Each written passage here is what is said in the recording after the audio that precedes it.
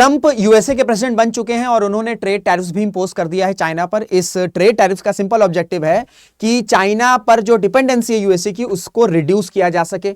China के border अग्रेशंस, border tension चल रहे हैं भारत के साथ, चाइना के मैरीटाइम इश्यूज चल रहे हैं आसियान नेशंस के साथ। क्यों? क्योंकि जो साउथ चाइना सी है वहां पर एक आर्टिफिशियल लाइन जो है वो स्टैब्लिश कर दी है चाइना ने, जिसे कहा जाता है 9 डैश लाइन, और उस 9 डैश लाइन के तहत जितने भी आइलैंड्स आ रहे हैं उसका कंट्रोल चाइना के पास है। एंड इसी वजह से जो अग्रेशन है चाइना का, इसको काउंटर करने के लिए जो लाइक माइंडेड कंट्रीज है, चाहे हम यूएसए की बात कर लें, चाहे भारत की बात कर लें, और जो एलाइज हैं वो ये फोकस करें कि कैसे हम इस अग्रेशन को काउंटर कर सकते हैं। इसी वजह से क्वाड को भी मजबूत किए जाने पर जो है इनिशिएटिव्स लिए जा रहे हैं कि क्वाड ज्यादा से ज्यादा स्ट्रांग हो। पर इसके बावजूद भी जो चाइना है वो अपना प्रेजेंस पैसिफिक ओशन में बनाया हुआ है। एंड स्पेशली अगर हम बात करें तो जो चाइना की रीच है वो अब साउथ पैसिफिक ओशन में भी मजबूत हो रही है। एंड इसका रिसेंट एग्जांपल है कि चाइना ने सक्सेसफुली डील साइन कर ली है कुक आइलैंड के साथ, और ये जो कुक आइलैंड के साथ डील साइन हुई है इसकी वजह से कुक आइलैंड और न्यूजीलैंड के रिलेशंस भी काफी ज्यादा खराब हो चुके हैं। तो ये जो डील है इसको लेकर न्यूजीलैंड और कुक आइलैंड के बीच में रिलेशंस क्यों खराब हो गए हैं, चाइना का क्या स्टांस है, जो प्राइम मिनिस्टर है कुक आइलैंड के उनका क्या कहना है, इन सब पर जो है आज हम समझने की इन सब पर जो है आज हम चर्चा करेंगे इस एक वीडियो में। नमस्कार दोस्तों, मेरा नाम ऋषभ सिंह है and you are watching current affairs part by 247। इसी तरीके की न्यूज एनालिसिस अपडेट्स आपको चैनल पर मिलती है तो रिक्वेस्ट है चैनल को सब्सक्राइब जरूर कर लीजिएगा। So Cook Island sign China deal at centre of diplomatic row with New Zealand. पहली बात तो ये देख लो भाई कि मैप जान लो कि ये है क्या।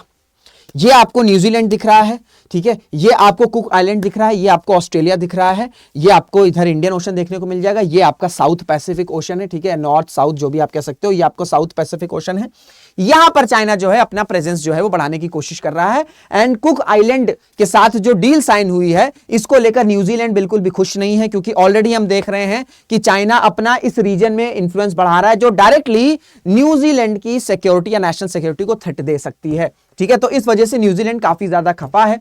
हुआ क्या है कि कुक आइलैंड और चाइना के बीच में एक comprehensive strategic partnership agreement sign हो गई है। क्या इस अग्रीमेंट के हमें टर्म्स पता है? हमें टर्म्स नहीं पता है। इस डील के बारे में कुछ भी डिस्क्लोज नहीं किया गया है। एंड यही सबसे बड़ा रीजन है कि जो न्यूजीलैंड की अथॉरिटीज है वो ये कह रही हैं कि कुक आइलैंड और न्यूजीलैंड का जो रिलेशन है वो ये है कि जब भी कोई डिसीजन लिया जाएगा when it comes to security, when it comes to defence, तो जो दोनों देश हैं वो एक दूसरे के साथ कम्युनिकेट करेंगे, एक दूसरे को बताएंगे कि ये डील का प्रपोजल है, क्या करना चाहिए नहीं करना चाहिए। लेकिन न्यूजीलैंड का ये कहना है कि जो कुक आइलैंड के प्राइम मिनिस्टर हैं उन्होंने कुछ भी ट्रांसपेरेंसी नहीं रखी है, डील जाके साइन हो गई है, और इस वजह से ये एक कंसर्निंग थिंग है न्यूजीलैंड के लिए। यहीं पर जो कुक आइलैंड के प्राइम मिनिस्टर हैं वो ये कह रहे हैं कि ये जो डील साइन हुई है, ठीक है, जो डील साइन हुई है ये पूरी तरीके से अवेयर हैं कि क्या इंटेंशन के साथ डील साइन हुई है एंड किस तरीके से जो डील साइन हुई है ये कुक आइलैंड को इकोनॉमिकली बेनिफिट कर सकती है। जब ये डील अभी साइन हुई है तो न्यूजीलैंड के जो न्यूजीलैंड सरकार, उनके स्पोक्स पर्सन ने कहा है कि न्यूजीलैंड की अथॉरिटीज इस डील को क्लोजली जो है वो मॉनिटर करेंगे, एग्रीमेंट को समझेंगे। एंड क्योंकि दोनों ही देशों का, न्यूजीलैंड और अगर कुक आइलैंड की बात करें तो ये म्यूचुअल कॉन्स्टिट्यूशनल रिस्पॉन्सिबिलिटीज एंजॉय करते हैं, सिंगल कॉन्स्टिट्यूशनल टाइज अभी मैं आपको आगे बताने वाला हूं।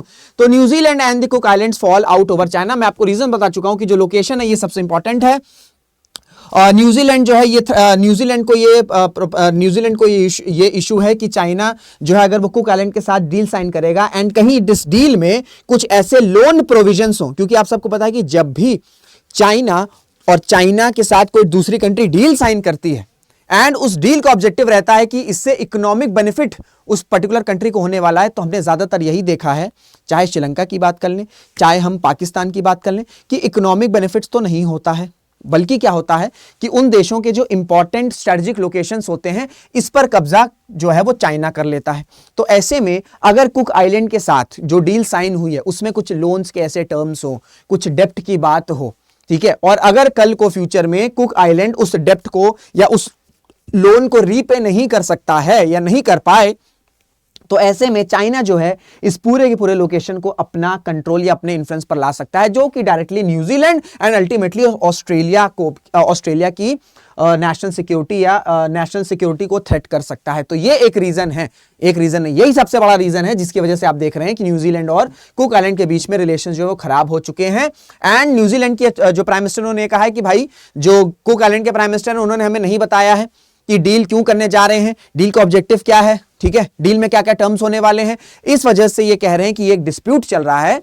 और लेकिन अगर मैं बात करूं जो कुक आइलैंड के प्राइम मिनिस्टर उनका यह कहना है कि ये बिल्कुल भी डिस्प्यूट नहीं है।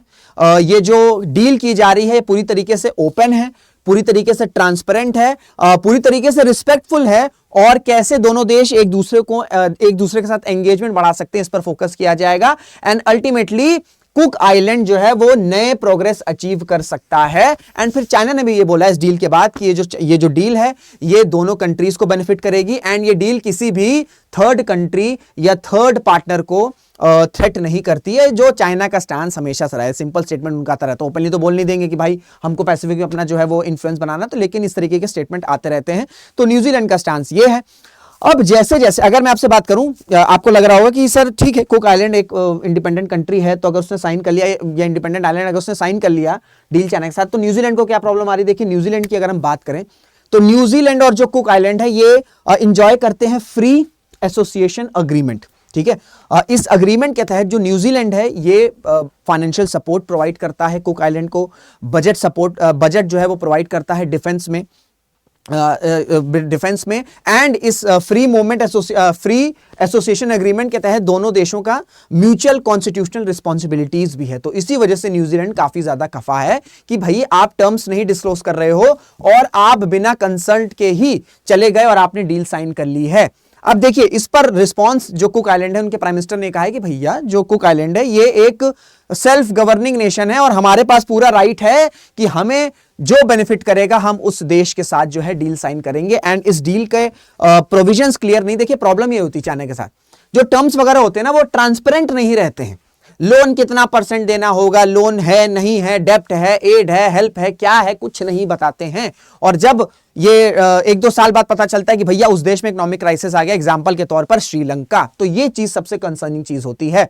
हालांकि जो प्राइम मिनिस्टर ने कुक आइलैंड के उन्होंने कहा है कि इंफ्रास्ट्रक्चर पर फोकस किया जाएगा, ट्रेड पर फोकस किया जाएगा, टूरिज्म पर फोकस किया जाएगा।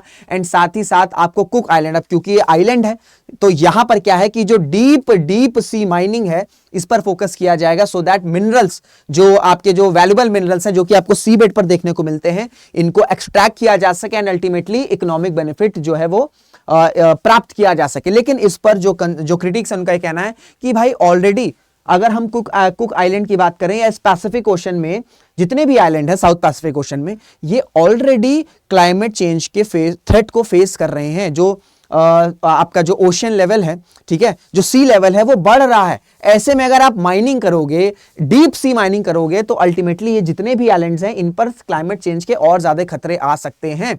तो इसी वजह से जो क्रिटिक्स हैं, जो एनवायरमेंटल क्रिटिक्स हैं, वो कह रहे हैं कि इससे ऑलरेडी जो क्लाइमेट चेंज का इशू बना हुआ है ये और ज्यादा एग्रीगेट हो सकता है। अब देखिए ये जो डील साइन हुई है, ऐसा नहीं है कि जो कुक आइलैंड के ऑपोजिशन है या जो वहां के लोग हैं वो बिल्कुल अपने प्राइम मिनिस्टर के साथ हैं, ठीक है, ऐसा नहीं है।